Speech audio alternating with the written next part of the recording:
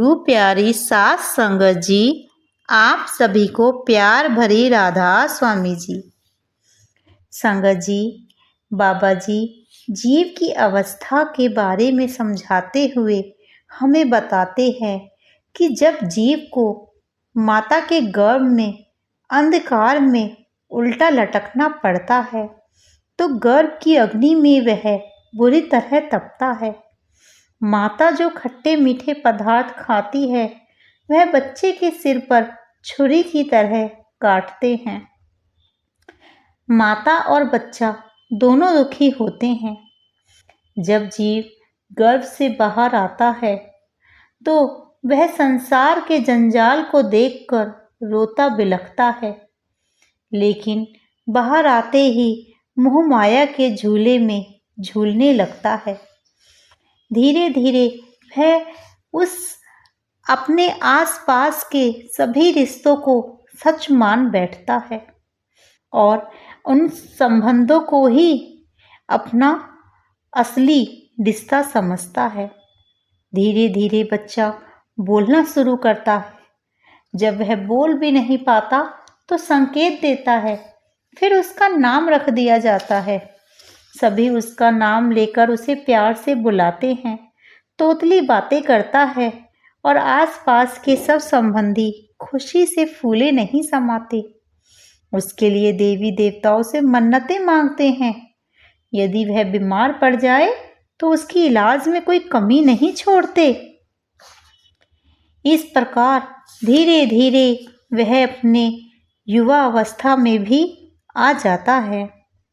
युवा अवस्था में आने पर 5 विकार उसे घेर लेते हैं। मोह माया में वह पड़ जाता है। उसे सिर्फ और सिर्फ उन विकारों के चलते उन्हीं में ही व्यस्त हो जाता है। दुनियावी धंधों में वह इतना व्यस्त हो जाता है कि उसका ध्यान कभी प्रभु की ओर नहीं जा पाता। वह सिर्फ और सिर्फ अपने परिवार और अपने संबंधों के खुशी के लिए कार्य करता है। उस परमात्मा को तो भूल ही जाता है कि उसने गर्भ में रहकर उस परमात्मा से क्या प्रार्थना की थी, क्या वादा किया था, क्या उन्होंने परमात्मा से मांगा था कि हे परमात्मा मैं आपका नाम लूँगा। लेकिन बाहर आते ही वह 5 विकारों में घिर जाता है।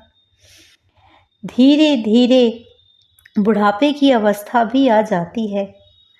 बुढ़ापा आते ही आंखों से पानी बहना शुरू हो जाता है। शरीर का धीरे धीरे हर अंग अपना काम करना बंद कर देता है। धीरे धीरे धीरे वह दुनियावी धंधों में और सारी रात सोने में गुजार देता है। जो काम करना था वह वो समय पे कर ही नहीं पाया और धीरे धीरे उम्र के आखिरी पड़ाव पर वह आ जाता है। हर रोज पल पल वह मृत्यु की ओर बढ़ता है। जीव मृत्यु की जब बढ़ता है तो उसे एक रोग से पीड़ित होता है तो कभी दूसरे रोग उसे घेर लेता है। धीरे धीरे मृत्यु का समय जब आता है तो जीव पांव पसार कर लेटा रह जाता है। उसकी आंखें खुली रह जाती हैं, नाड़ियां साथ छोड़ देती हैं और आंखों की ज्योति बुझ जाती है। यमदूत सिर पर खड़े हैं और लोग राम राम का जाप करने की नसीहत करते हैं, लेकिन कोई उसे समझाए कि जिसने पूरी जिंदगी राम का नाम नहीं लिया वह अंत समय में भला क्या नाम जप कर पाएगा, कैसे अपने उस परमात्मा में लीन होने के लिए नाम जप को कर पाएगा, अपने अंदर एकाग्रता ला पाएगा। नाम जप के लिए तो निरंतरता चाहिए। जब हम नाम जप शुरू से करते हैं तभी तो एकाग्रता आएगी।